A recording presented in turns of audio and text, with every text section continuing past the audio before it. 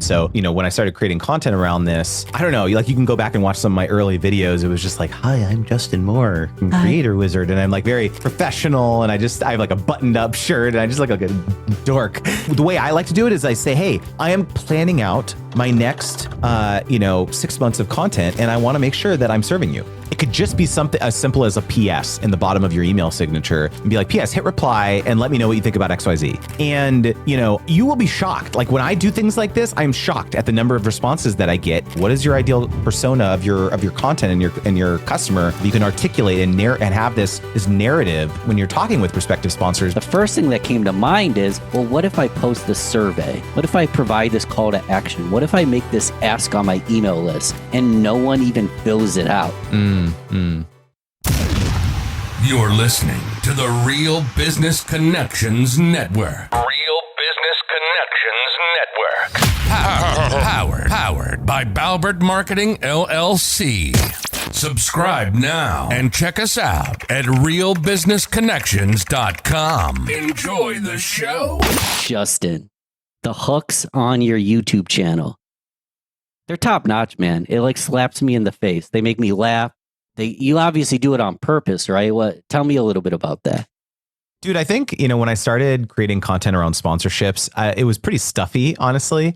I felt like I needed to be kind of a corporate type. I have a background in the corporate world, medical devices, actually. And so, when I started creating content around this, I don't know, like you can go back and watch some of my early videos. It was just like, hi, I'm Justin Moore, I'm Creator Wizard. And I'm like very professional. And I have like a buttoned up shirt and I just look like a dork. Maybe about a year into it, I met some creators in real life who had like watched my YouTube channel. And, in real life, I am the most unserious person. I post that's all memes and GIFs. And like, I'm just totally cracking jokes all the time. And people would be like, wow, I was not expecting that. Like given this like professional tone that you have in your YouTube videos. And I sat with that for a while and I was like, I don't like that. I don't like that there's this like difference between who I am in real life and my persona on the internet. And so I was just like, I'm just gonna be the crazy, unhinged person that I am in real life on the internet and we'll see what happens. And haven't looked back since then. And from the comment section, it seems like people love it. I think so. I think it's just like a pattern interrupt too. Cause it's like, people aren't used to it. And I'm definitely like a acquired taste. Like I'm not for everyone, of course. I thought when it comes to, this will be probably an interesting line to go down is like, I had this preformed belief of like what a business was supposed to be or what a business person was supposed to be. Because otherwise, if you're not serious, people won't hire you or people won't pay for your products or, join your courses or whatever it is. And I don't know where that came from. I kind of made that up, I think, in my head, but I thought I had to be a certain way for people to take me seriously. And the reality was that people don't care at all. They want to like connect with humans. They want to learn. They want to, if they can learn something in a way that's fun, that doesn't feel like they're falling asleep in a, university classroom or something, that is always preferred, to virtually anything else. And so I've really just leaned into it since. That makes sense. I mean, and you're an expert at helping brands and thought leaders and influencers, just human beings, land these sponsorships. Is it fair to assume that if you're kind of just boring and bland and vanilla, it might be harder to get these sponsorship deals? Dude, totally. Because not only has there been a massive proliferation in the amount of creators, influencers, people creating content out there on the internet, but when a lot of these kind of commoditized folks are reaching out and trying to pitch collaborations with brands, they all sound the same. Oh, I have this many followers on social media. I love your brand. I've been using it for 5 years. And I've been on the receiving end of these because I ran an influencer agency for about 7 years. And so I know what these pitches sound like. And it's just uninteresting. Like lots of people have lots of followers on the internet. The brand doesn't care about you. It's part of what I talk about is like, I'm very much a tough love kind of mentor in this regard because, I'm just going to give it to you straight. How it actually is that they don't care that you have all these followers and views and all this. This is the number one message I get from creators is like, I'm getting millions of views on my YouTube channel or on my podcast, or I have all these followers and all that stuff too. There's got to be brands out there who want to sponsor me, who want all these eyeballs on their product. And I come to them and I say, no, that's not the case. They don't care. What they care about is their own initiatives, their own marketing objectives. Your job is to help them understand how you can help them accomplish their marketing objectives by sponsoring you. It's a positioning exercise. It makes perfect sense. And like you spoke at a summit that I went to, and that's the reason I reached out. I personally always like to have a reason I reach out. And if it's like a thought leader, what I'll do is I'll look at who they're following. And if they've been on my podcast, if I've worked with them, if I know them, I'll name drop those people. But when you're looking at a brand who might not know any of those people, it's like, what do I say? They don't, they might not care that Justin Moore was on this podcast. They might not have any clue who you are or I am or any of that stuff. So it's like, where do we start when we're reaching out to a brand? You know what? Let's take a step back.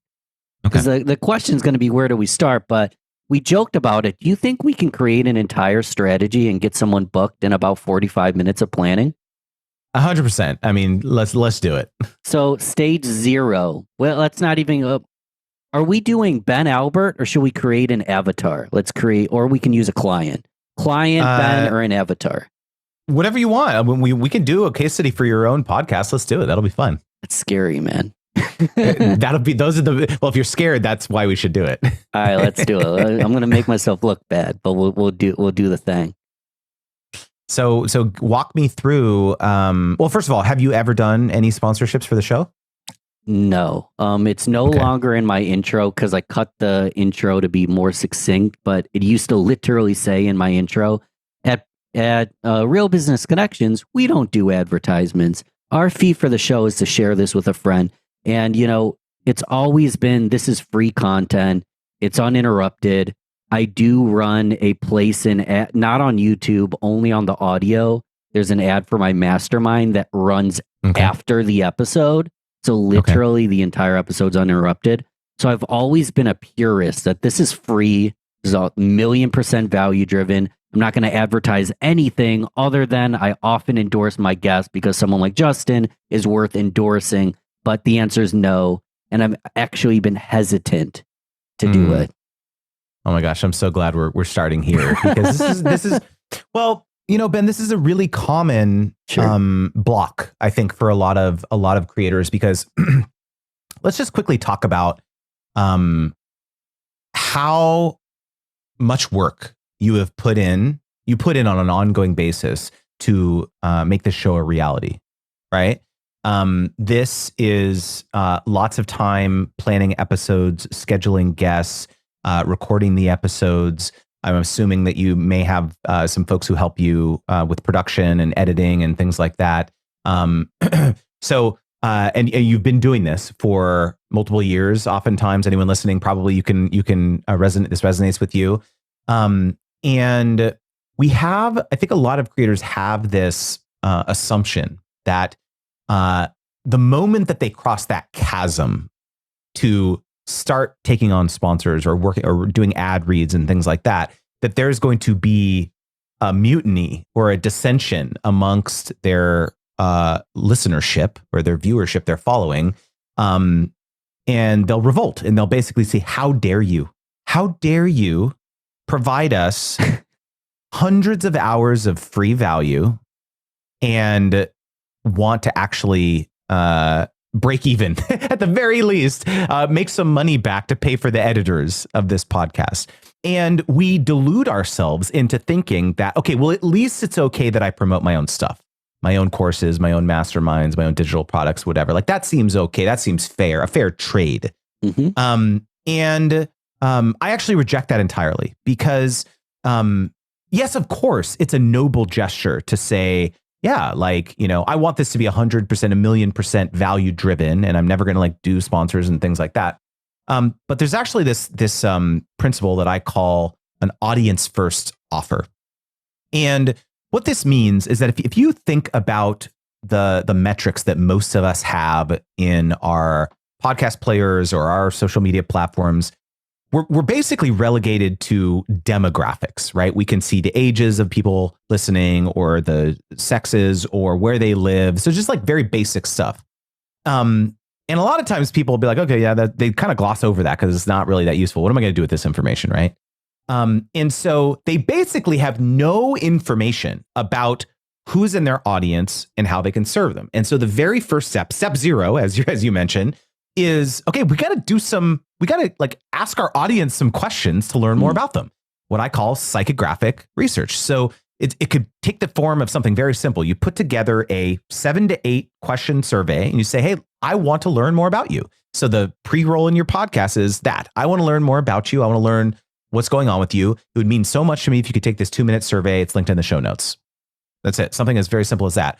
And you have a Google form or a type form with the following questions. You say, hey, I want to learn more about you. This would be really amazing. You could answer these questions. Do you have, are you married? Do you have kids? What type of jobs do you have?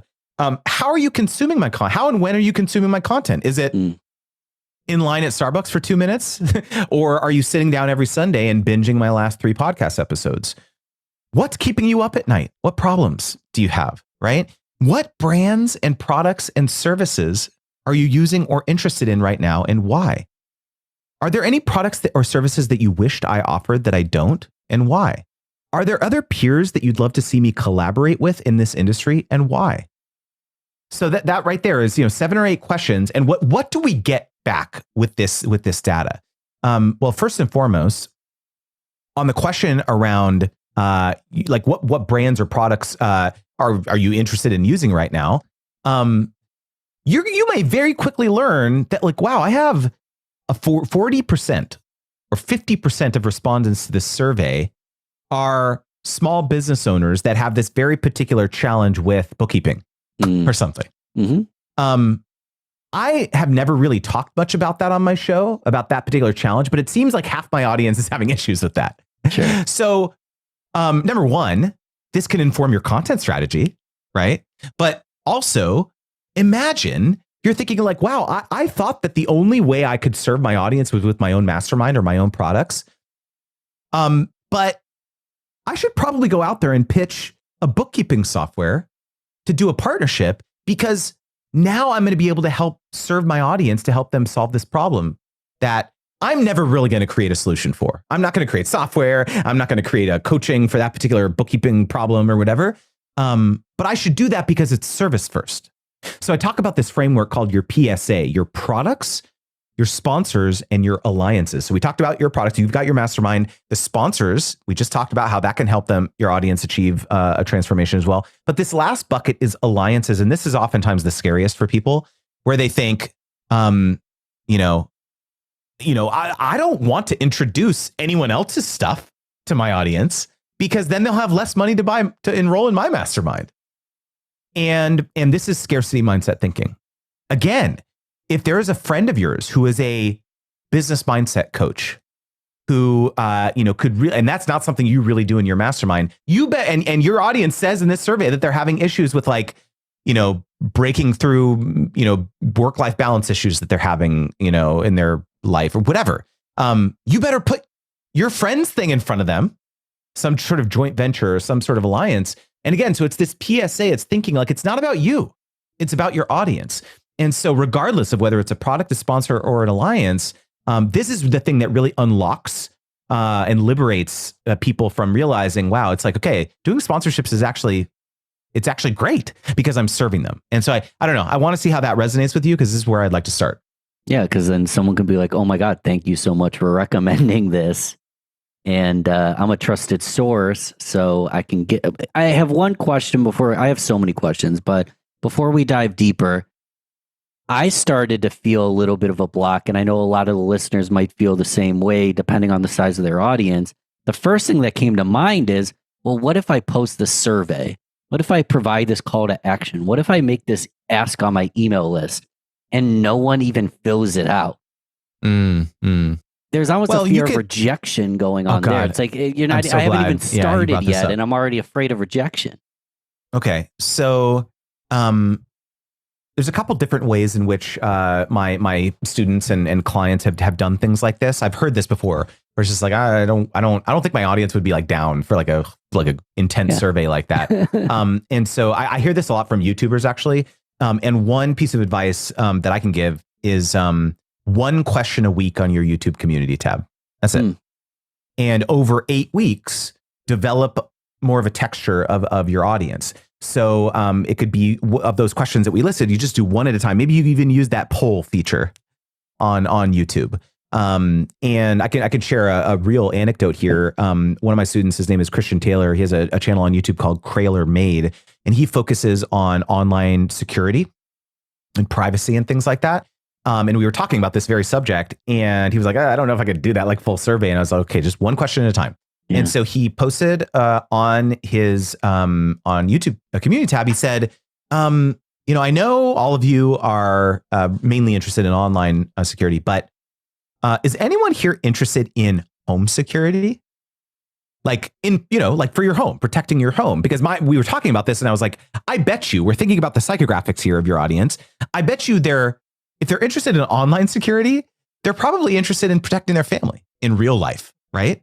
And so he posted this question, and he found out that 70% of respondents to this survey, it's a sample, obviously a smaller sample of the overall audience, but I think he had something like 500 responses to that survey or something, or to that question. 70% of them said that they were interested. Wow. And there was a couple questions, obviously, but or a couple answer possibilities. And so he immediately was like, I'm going to go out there and I'm going to pitch Simply Safe. Like the home security company. And I would never have thought to like work with a brand like that in the past. And I was like, he was like, I could think of a really creative way to integrate that into my current content. And so I would say, you'll be surprised. You can simplify it. But you can't let that be incentivize it. Amazon gift card, potentially to a random winner who takes the survey. You could do creative things like that.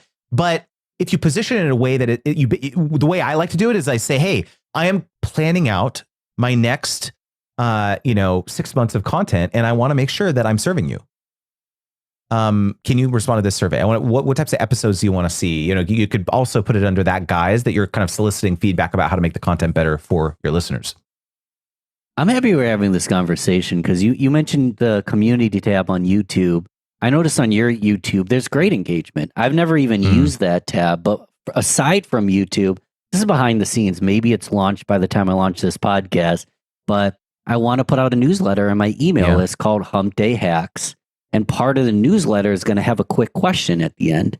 So you just told me I can just ask quick, easy questions to get engagement as I go. And that's a weekly newsletter. So once a week, 52 questions a year, can learn a lot. And the other thing I do, Justin, is just LinkedIn polls.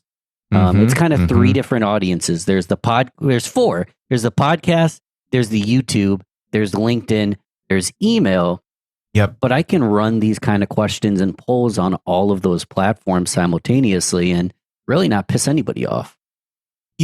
I'm really glad you brought this up because you don't even have to make it a full-blown official quantitative survey. It could just be something as simple as a PS in the bottom of your email signature and be like, PS, hit reply and let me know what you think about XYZ. And, you will be shocked. Like when I do things like this, I'm shocked at the number of responses that I get. And again, these are qualitative, of course. It's not like I can tie people's answers together to similar questions and things like that. But I screenshot the heck out of all of this type of stuff and I dump it into a Google document or something. And I group them by like various questions and things like that. But if I'm ever in a conversation with a prospective sponsor and they're asking like, hey, do you have like proof that you can XYZ or your people are interested in this type of thing? I'll go back to my master Google Doc with all these screenshots I've been collecting. And I'd be like, oh yeah, here's a good example of someone who replied to the email or commented on social media and said that thing, something similar to that. And so a lot of brands are just, they're searching in the dark. They're desperate for any anecdotal feedback that can illustrate that paying you 10K or paying you any kind of money is going to be a good investment. And so if you can show even anecdotal feedback that like, no, this is something that my audience is interested in. Here, take a look at this. They're like, oh, okay, great. All right. I can forward this to my boss now. And I won't be, I can CYA. And so you're right. Like it doesn't have to be super complicated to do this type of surveying. If anybody listening or watching, it's about to happen. You're about to see more of this from me. So let's assume this already has happened. And my audience is just really interested in AI. I think that's a fair assumption to make, but let's assume that's the conclusion we've made. So my audience is interested in AI. I still don't have any sponsors though, Justin. I just know a little bit of information. What do I do next? Okay, so again, we're not going to make any assumptions. Okay. The fact that your audience was interested in AI should be born from the survey. Correct. So I'm assuming for this example we're doing for the example. Spot, okay, good. I'm pretending that that's what we came to, and it's like, what do I do with this data from the survey? That's what I meant by that. So hopefully, we actually got some specific company names in the survey too. Okay. So they say, oh, I'm using 11 Labs for AI voiceovers or something. They I say actually something like am that. 11 Labs, Justin. Okay. Yeah. I kind of thought, right. It was like, I was getting a little uncanny valley here. So hopefully we get some leads in the survey, but like, oh, I haven't heard of that tool, or let me go check it out. Because again, like when you reach out to the brand and say, hey, like, look at people are like already a segment of my audience is interested in 11 Labs. Like, I would love to expose my full audience to you. So like that's of course the positioning. But one thing that the first step is doing a bit of research, seeing okay, what is going on in 11 Labs universe right now. So I'm gonna actually. Is it okay if I like share my screen? Is this like kosher? Please do. It's like the second out of 3 episodes we did a screen share. So if anyone's listening to the audio, top of the show notes is the YouTube link. I was not planning on doing this as kind of impromptu, but I just went to the 11 Labs website. Okay. And I just want to know like, what is going on in their world? So I'm going to scroll down. How many tabs you have open, Justin. Dude, don't do not tab shame me. This is not cool, man. Don't tab shame me. I'll show you a strategy. I have about 500 tabs at a time. I group them together though. Oh, dude. So I've tried to group tabs in the past and I always revert back to this, but I should probably make it stick. Okay. So, here's a couple things that just jumped out at me. I'm scrolling down their website and I'm looking at like kind of the various, things. They've got 2 main use cases here that are interesting to me. Make content universally accessible. So their text-to-speech AI dubbing is like internationalization, right? So you could say, hey, I actually think this is this feature in particular is my audience will resonate the most with this thing because we have an international audience of people that want to expand their reach globally. I would love to focus on this specific feature. How 11 Labs makes content universally accessible. You use the same marketing copy that they use on their page in the pitch that you're reiterating to them. That's one thing. Second thing I saw, AI safety.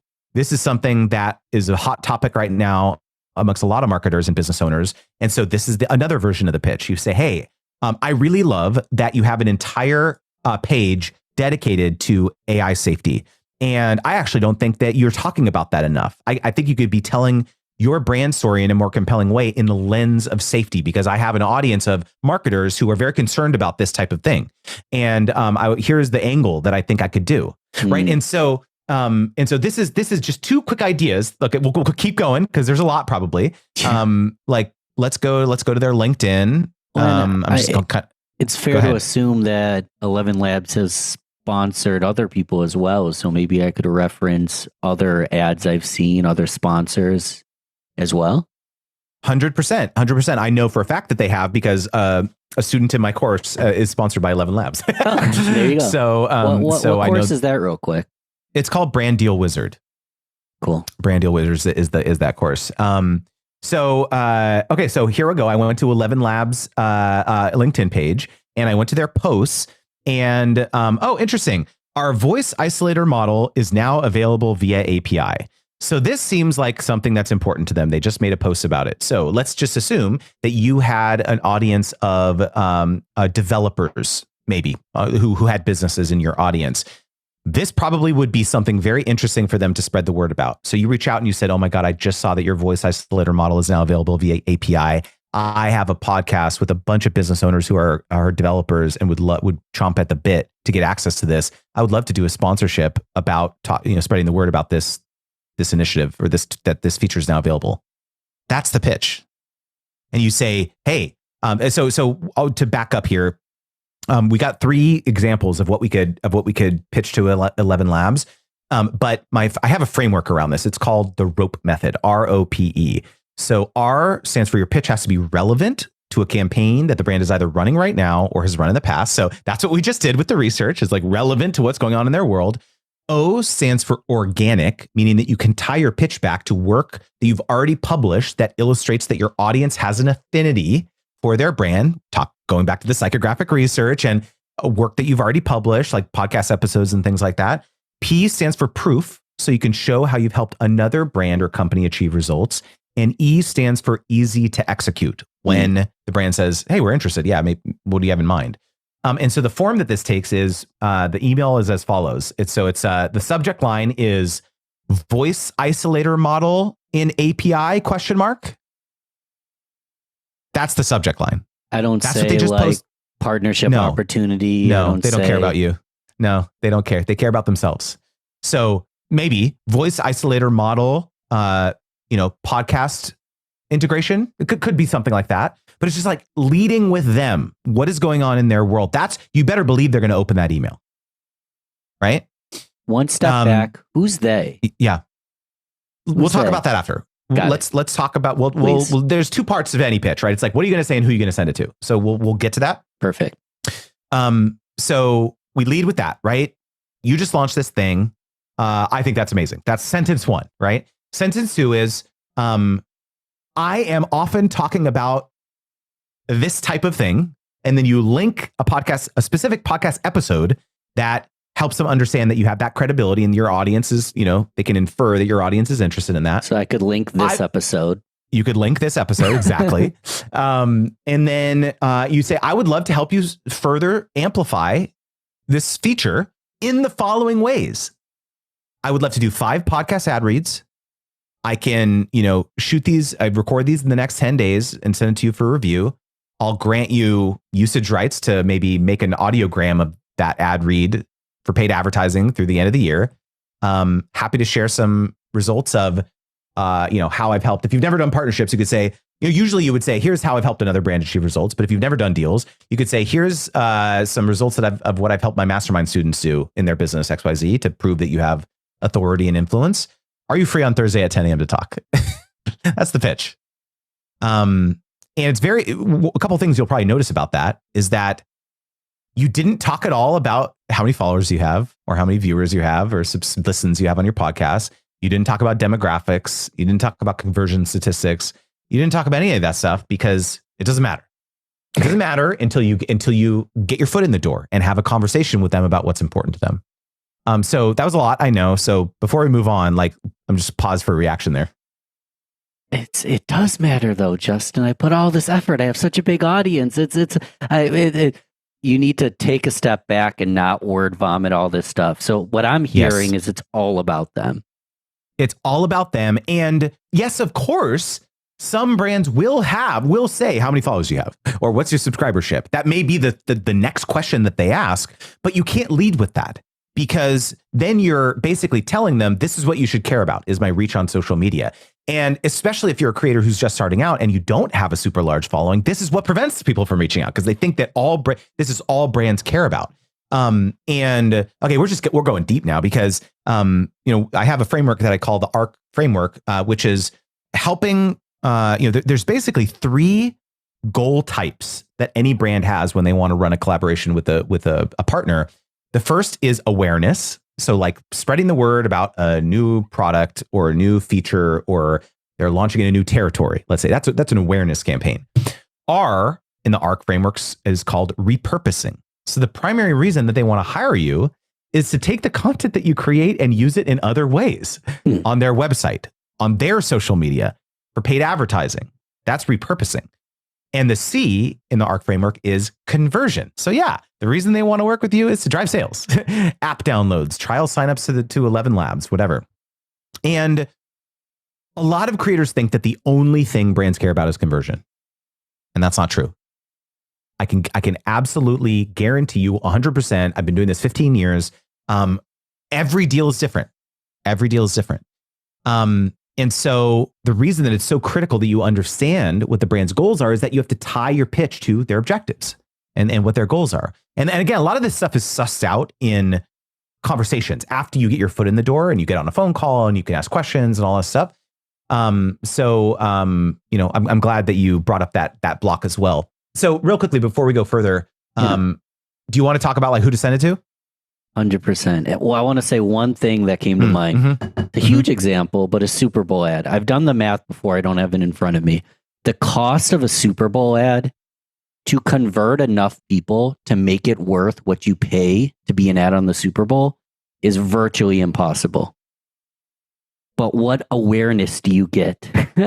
It's just a large scale example. If the largest brands on earth are willing to lose money on an ad because of the long-term value of the brand, the ultimate, the brand affinity they're building and the reoccurring sales once they get somebody on board, if the Super Bowl can do it, why can't we do it as well at a smaller scale? I can actually give you a tangible example of this is, I was having a conversation with a sponsor, a creator economy company sponsor, and I was asking them this very question. And I said, what's your goal? What would success be? And they said, we don't really care how many people sign up for accounts, but we just want to make sure that anytime people hear our brand name, that they think video memberships. We want brand association. That's what we care about. And so, can you make that happen for us? That was the charge that they gave to me in these conversations. And so like, that's a perfect example of, listening, asking the right questions, because what I ultimately proposed to them was very different than had they said conversions. I would have said, okay, let's do some newsletter integrations. Let's do some Instagram stories with a link sticker on every frame. If conversions, if that's what you care about, that's probably what we should do, those type of tactics. But since awareness is your goal, well, maybe we should put, my podcast powered by brand on the cover art. That's an awareness play. These are the types of tactics that you would do if it's an awareness play. So you're totally right. And so you got the Super Bowl example. You've got these other examples here that I just shared. It's like, these things are real. These are like whatever industry you're in, whatever niche you're in, brands have just different perspectives on like what they're trying to accomplish. Have you heard of Xeroxing something? Yeah. So I'm from Rochester, New York. Xerox, it's kind of a fallen off, but there's a time where a photocopy was a Xerox. Right. People named photocopying after just a brand that did photocopying. So more examples. So who am I pitching? So did I just go to 11 Labs and go to contact and send it to info, or did I do a little more Definitely research? Definitely not. So I know I didn't, but you never know. All right. So let's see. I'm going to share my screen again. Boom. Okay. So there's a very specific search terminology that like a nomenclature of what you're going to want to search on Google. Okay. So it's 11 Labs. And what I'm going to do is I'm going to say maybe influencer marketing manager. They could be partnership marketing manager mainly because it's more of a B2B type company. But I'm going to do this. So brand name, title, and LinkedIn on Google. So I click that and I want to see who comes up. So we've got influencer marketing, 11 Labs. I'm going to open that. Dustin Blank. I'm going to open that. Reality Labs. That's Meta. Not a product designer. 11 Labs LLC. I don't know. Let me. Oh, what was that?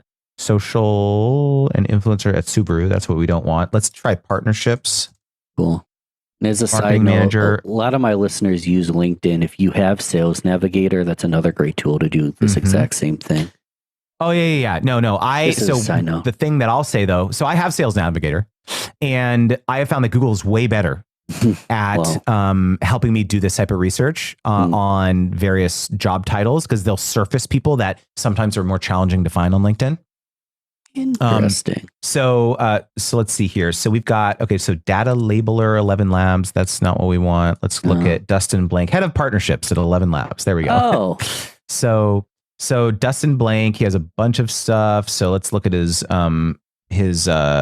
listing. So building dynamic partnerships, focus on collaborations with top platforms, licensing and voice integrate monetization strategies. I lead foster partners. Yeah, so this is the guy, and he's posting regularly on LinkedIn too. If so anybody knows Dustin Blank, love an introduction. Yeah.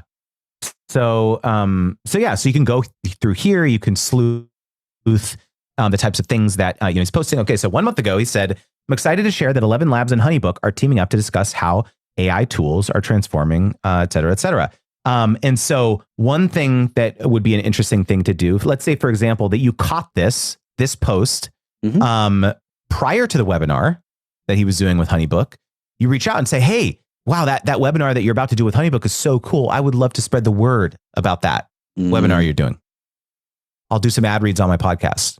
Does this make sense? It does. My thought was, should the ad be omnipresent though? What do you mean? So if someone listens 3 years down the road and it was an event, the ship has sailed. No, do a dynamic ad insertion. You can do that on your podcast. You just have it be the flight be 2 weeks. Yeah. And then it gets removed. So let's talk about that. So let's this is all assumptive. So 11 Labs, what was his name? Something Black? Dustin. He said yes. He's considering working with us. So here's the thing. He probably didn't just say yes. So he asked a couple questions. They're considering, maybe he wants a pitch or a proposal. What if he says, "Ben, send me a proposal"? One sentence, "Ben, send me a proposal." What do I send him? So first of all, it's almost guaranteed that he's going to say, "This is interesting. I don't want to do that, but how about this other thing instead?" Really? So he already has an idea for it. Yeah. Well, no. The point is that you've given him something tangible that he can react to. Because what a lot of people do is they reach out and be like, "Would love to collaborate. You have any ideas?" And you've given them more work now. Yeah. And they're like, "I don't know who Ben is. Who the heck is this guy?" Delete. They just delete the email because they're busy. They don't know. You tell me. You pitch me something. I don't know. Right. And so he'll be like, "Oh, thanks. We're not really promoting that HoneyBook webinar really though, but I love your initiative here. I think your show looks interesting. Here's this other thing over here that we're actually launching in about 3 months. Let's talk about that." So you can't get tied up on the specific thing that you're pitching, because that's not the point. The point is that you open a conversation that will probably lead to something that is actually more of an initiative for them. Nice. So that's the first comment. The second thing is your question, like, okay, he asked me for a proposal. What do I send to him? Hopefully you did get on a call though and ask questions, to learn what's coming down the pipeline, roadmap, like what are they thinking about, this type of thing. So you get some data. And then you are going to be putting together a bespoke proposal with several different options of ways in which they could collaborate with you. Maybe some of them involve, again, it's all aligned to their objectives though, right? And you're not going to be pitching them anything that is not aligned to their objectives. So if anyone's listening and they have like a media kit or like a pitch deck that they always send to everyone, a boilerplate thing where it's like, pick one of these things, that just feels terrible to a brand, because they're just like, okay, like this is not relevant to me at all. None of these packages really resonate with me. No thanks. Instead, if you have a custom proposal with branding and iconography from the brand on the proposal, and you have the page 1 of the proposal is what I heard, which is what I teach my students to do. What I heard on the call. These were your 4 initiatives or for your 4 objectives. Gotcha. And then the next page is like, okay, here's how I'm going to help you accomplish that. Package 1 is tied to goal 1, right? You said you wanted to drive more leads to the webinar. Okay. Package 1, it's going to be podcast ad reads, link to register to the, webinar on the show notes, right? Package 2 is going to be the awareness play. That's when we're going to do the YouTube videos, or we're going to put your, powered by 11 Labs in the YouTube cover art or whatever. Right. And so, I'm being, a lot of brevity here, but the proposal. Side note, if you need help doing this stuff, we have a sponsorship coaching program called Wizards Guild. So just hit us up.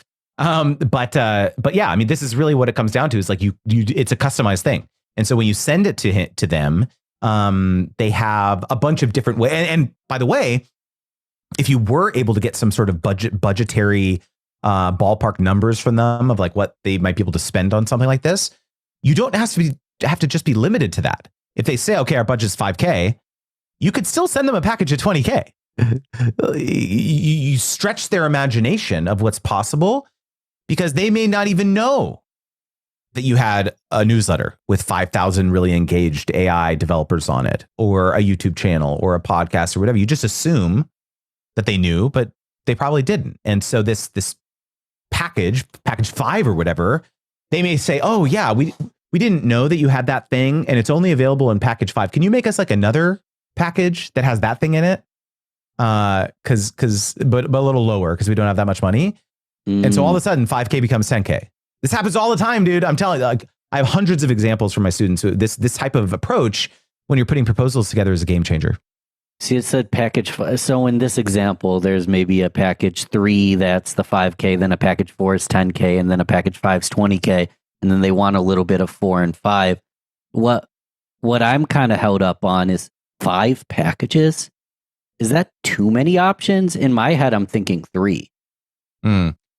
So I would say it depends. I would say if they have a very simplistic goal, then 3 packages should be fine, right? If all they want is like conversions or all they want is awareness or something, I think it's pretty easy to, give them a great proposal that has, let's say, 3 packages. But the more complex partnerships become and brands have varied goals, you do need more packages to help them understand that, especially to understand that to accomplish all these initiatives, you're gonna have to do a lot of different things. Because a lot of times brands will come inbound and be like, we want awareness and conversions. And you're like, hold on a second here. There's no way I'm going to be able to accomplish that in one podcast ad read, right? It's going to take a sustained effort over many months, probably, to do something like that. And so here's the 5, 6, 8 packages to be able to make that happen. Package 10, I'll just wear your logo on all my clothes. I'll put the bumper stickers all You'll over get a my tattoo car. on your upper lip of 11 Labs, just like, on the lower lip. Just do it, right? How many, maybe on your fingers? Like how many letters is that? I don't even know. Yeah. I was going to say I'm sponsored by Taylor Swift, and that's why I got the tattoo. So I'm actually sponsored by Champion Sport. I don't know if anyone noticed this. Do you know Champion Sports? I do. Participant. Yes. Got it. Instead of champion, it says participant. Got it. Who saw the sweat on my body? No one did until you called it out. Okay, so we've got a package in play. Yep. I know this is a super nuanced question. It super depends, but like, how can I ensure that I do a good job? Like, actually create a content material that they're like, wow, I'm actually happy that we sponsored Ben, rather than, that was a waste of $10,000, bro. Like, I want, in theory, people that I can repeat the sponsorship with, maybe even do a whole season with. 100%. So, I have a framework that teaches my entire philosophy around sponsorship strategy, and it's called the sponsorship wheel. It has 8 steps, and it's step 1 is pitch, and then it's negotiate, contract, concept, production, feedback, publish, and analyze. So those are the 8 steps. And the step that you just described falls under the concept step. And this is one that a lot of people overlook because maybe the brand didn't even ask you. Like, hey, how are you going to bring this to life? Like, what's the plan here? They just they just assumed that like you would do it one way, and then you say, okay, great, sign the contract. They give you the green light, and then you go off and run and shoot a bunch of content or film videos or whatever, and then you come back and deliver it and be like, ta-da! And they go, this isn't what we had in mind at all. Yeah. Right? Can you reshoot the entire project?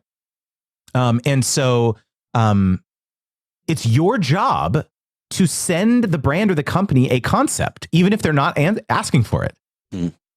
Because you say it could be something as simple as 1 or 2 paragraphs of like, hey, here's how I'm thinking of doing this. Give me feedback on this. I'm not going to shoot it until you give me feedback and sign off on this general direction, because inevitably the brand is going to look at that and be like, oh, I'm so glad that you said this because we actually had something different in mind entirely. And so this step is crucial. It's crucial to prevent you from spinning your wheels. So it's like the holidays are coming up. We want to put out this, like, I actually did this years back. I hired voiceover art. I hired a Santa. I hired a Jewish person, a New York Jewish person. And I did this like 3-minute long just Christmas greeting that I sent out happy holidays to everybody. But in this day and age, I wouldn't have to hire the actors. I could use 11 Labs to create the actors. So it's like Christmas is coming up. I want to put together a greeting for my audience. And at the end, we'll spill the beans that the entire thing was prepared by 11 Labs. Yeah. But, and then you write that entire description in the concept document, you know? And if I did that and they were planning something for New Year's, I would look silly because they wanted a New Year's ad. Exactly. Yep. Okay, so wow, we're almost to finish line, it seems like. So I create the ad, I distribute it, and it goes well. How do I ask for a repetition? How do I ask to do it again? If it wasn't, we didn't predetermine this was long term. It was a one-off. They're just giving me a shot. I'd like to earn their business again. So what you should not do is never talk to them again, which is what most people do. Seriously? They get the money in their bank account, and then they say, okay, well, if they're happy with my work, they'll reach back out to me. This is what happens with a lot of creators, influencers, people that I work with, is that they just have this assumption that the brand will reach back out to me. And there's another factor here, which is kind of a mindset piece, is that they do not want to ask the brand how it went for fear that it did not go well. Sure. They don't want to say, hey, how'd it go? Were you happy with all this? Yeah. And they're worried that the brand is going to say, no, actually it went terrible. We hate you. They might even feel like an imposter. They feel like it didn't go well. The brand loved it. And they're like, I don't want to expose myself. I just exposed that I have no audience. I'm an imposter. And they're like crazy about you. Totally. Exactly. I mean, I was actually talking with a big creator about this. His name is Nick Nimmin. He's a YouTube educator. And he had this specific thing happen. He did a partnership with a brand and, distributed the content, got paid, all this stuff too. And he's like, oh, wow, it's so interesting. I guess I thought it went well, but I guess maybe they didn't, because they never reached back out to me and wanted to hire me again. And then he met the influencer partnerships marketing manager later at like a conference, like a year later. And he was like, oh, Nick, like, man, we did such a great partnership with you, man. Sorry, it's been so crazy. I wish we could have done some more work together. I wish you would have reached out to us to like pitch something, because we're just so busy, but we probably could have done a deal. And he was like, oh, right. So it's like, this type of thing happens all the time. Brands are busy. You can't just like assume that they're mad at you. And so that's the first block that you have to overcome, is like, just don't assume that they hate you. Like, assume it went well. And you have to have the humility to reach out and ask these questions like, hey, how'd it go? And so the final step that I mentioned in the sponsorship wheel is the analysis step. And most people don't do this. They just invoice the brand, collect the check, would send their tax paperwork in, sayonara, see you again. If you ever want to work with me, hit me up. And instead, what you have to do as a creator is put together a recap report, a post-campaign report that includes both the quantitative metrics of the performance as well as qualitative information about how it went. Because again, going back to the beginning, like brand managers, partnerships marketing managers, they're putting their neck out for you and they don't want to look like an idiot internally. And so if you can give them fodder, put something in their hand that shows that, hey, this was a wise investment to hire Ben for 10K. This includes, the high level performance metrics, viewership, listenership, click rate, whatever you have publicly accessible. If you have access to some sort of dashboard as a partner of 11 Labs or something, you can see how many trial signups it generated or something. You put that information in there. But then if people were leaving comments on your YouTube videos, if people were responding to your newsletter and they were saying, oh, this is so cool, I've never heard of 11 Labs, and the goal was awareness, you better screenshot the heck of that comment and put it in the recap report.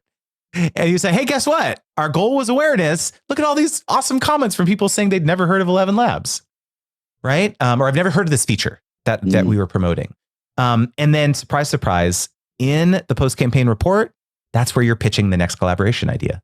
You're actually proactively saying, here's the next thing that we should do. And where this comes from, like the next thing that you can pitch is perhaps generated from the comments that people were leaving. They could say, oh, I've heard about 11 Labs, but it seems too expensive. Or no, I can do all of this with Hey Gen. Or, oh, I don't need that because I can just use ChatGPT or whatever. and you say to them, you show that to them. A lot of people are scared to like show negative or neutral feedback to brands, but no, you show that to them and you say, hey, I think there's an opportunity to do another piece of content about why 11 Labs is better than HeyGen or whatever it is, right? That's a game changer. It's all so freaking brilliant. And by the way, this episode is sponsored by 11 Labs. No, it's not. But I'm imagining the thing that came to mind is like even coming, and this seems so nominal, but it's so like I feel it in my heart. Like even just sending them like, hey, one of my listeners made this. I thought it was pretty cool. Like all the stats are kick butt, but just showing that your listener found 11 Labs, created this. 11 Labs is like you can mimic your voice, record podcasts. And we never explain what we're going to sponsor 11 Labs. We at least should explain what it is to the audience. But, right. Anyways, this episode's not sponsored by 11 Labs. Yeah, maybe you should like produce the episode and send it to him and be like, I think maybe you should sponsor this episode. I'm going to take a look at the metrics. So if anyone has Googled 11 Labs during this conversation because they don't know what it is, send me a message, send me a DM. You just can just say yes or just say 11 Labs or just say, hey, Ben, or just say hi. I'm curious if anybody watching or listening right now has Googled it yet, because if they have, that's data in itself. It is. That is exactly right. And yeah, man, I love that to see the tactical stuff. You're putting it into action right now, asking viewers, listeners right now. I love to see it, man. This is how you get it done. For someone who's never even tried to get a sponsor, if anything, like used it as a ploy, I don't do sponsorships. Please share this podcast. As someone who came from there, how do you think we did? How do you think I'm doing? Do you think it's possible for me? I 100% do. I think you did great. I think I saw a lot of unlocks happening in your eyes as we were kind of going through the whole process. But this is honestly one of the reasons why I designed the framework, man, because I especially for folks like you who don't have a ton of experience working with sponsors or brands, or even maybe have an aversion to it because you think it just like is not even a road that you want to go down. This is why I have this kind of framework to help you. This is a very clear step-by-step process that can be very value aligned with not only yourself and your morals and your integrity, but also this intimacy that you've built with your audience. It can be an amazing thing. And let's be real, at the end of the day, it is okay to not only break even, but make an income from the content and the work that we're all publishing on the internet. It's okay to do that. This is a you have to allow yourself permission to understand that and have peace with that. And so, yeah, man, this has been a great conversation. I hope that it was useful for you, and maybe you can give me an update in a couple months to see how your thought process has shifted. Yes, sir. And one short kind of closing question, like, you don't have to be a huge creator to get started with this kind of thing, right? I don't need to have millions of followers. No, especially if you're in a very specific niche, man, because a lot of these brands have a really difficult time marketing, especially if it's in an industry or a niche where there's just not a lot of people talking about this like healthcare SaaS tool that is the subscription is $50,000. And like, even if you have a podcast that's only getting 300 listens on average, if it's like a bunch of healthcare executives, then that's very useful. That's very useful to right. the right partner. And so this is why I am a really big fan, to kind of circle all the way back to the beginning of the conversation of like figuring out what your niche is, figuring out who you're speaking to, what is your ideal persona of your content and your customer, so that you can articulate and have this narrative when you're talking with prospective sponsors, because it makes all the difference. So Justin, you gave us a masterclass completely for free today. How can I and the listener at home show some love and help you now? Dude, I appreciate that very much. Probably the best way is just join my free newsletter. I have a weekly newsletter at creatorwizard.com/join. Every single week I put out, videos and interviews and articles all around this topic of sponsorship strategy. Probably the most important reason you want to join, though, is that I send you paid sponsorship opportunities for free every single Thursday. So definitely join. It's creatorwizard.com/join. Boom, baby. Oh, you told me beforehand you got a book coming out and stuff. Shoot. I do have a book coming out. Can we do a part two? Can we do a part two? Dude, I would love to. Yeah, Sponsor Magnet is the title. And that'll be I'm going to do a whole podcast tour probably for when that book comes out. So I'd love to. Cool. Any other ways I can support? Man, you'll go down the rabbit hole if you join the newsletter. I'm everywhere on social media and things like that. But probably the newsletter is my favorite place to correspond with people because I could actually have a direct connection with my folks. I don't have to rely on a social media algorithm to like show my content to people. Like it's in your inbox and you can open it if you want to. So probably the newsletter. So in my head, 2 steps. 1, subscribe. 2, if I get a question in the newsletter, click reply, answer it. It's only going to make the content and the product better. All right, bud. Hey, man, I appreciate you spending the time with me. This has been worth every moment. It's been a blast, man. Thanks again. Talk soon.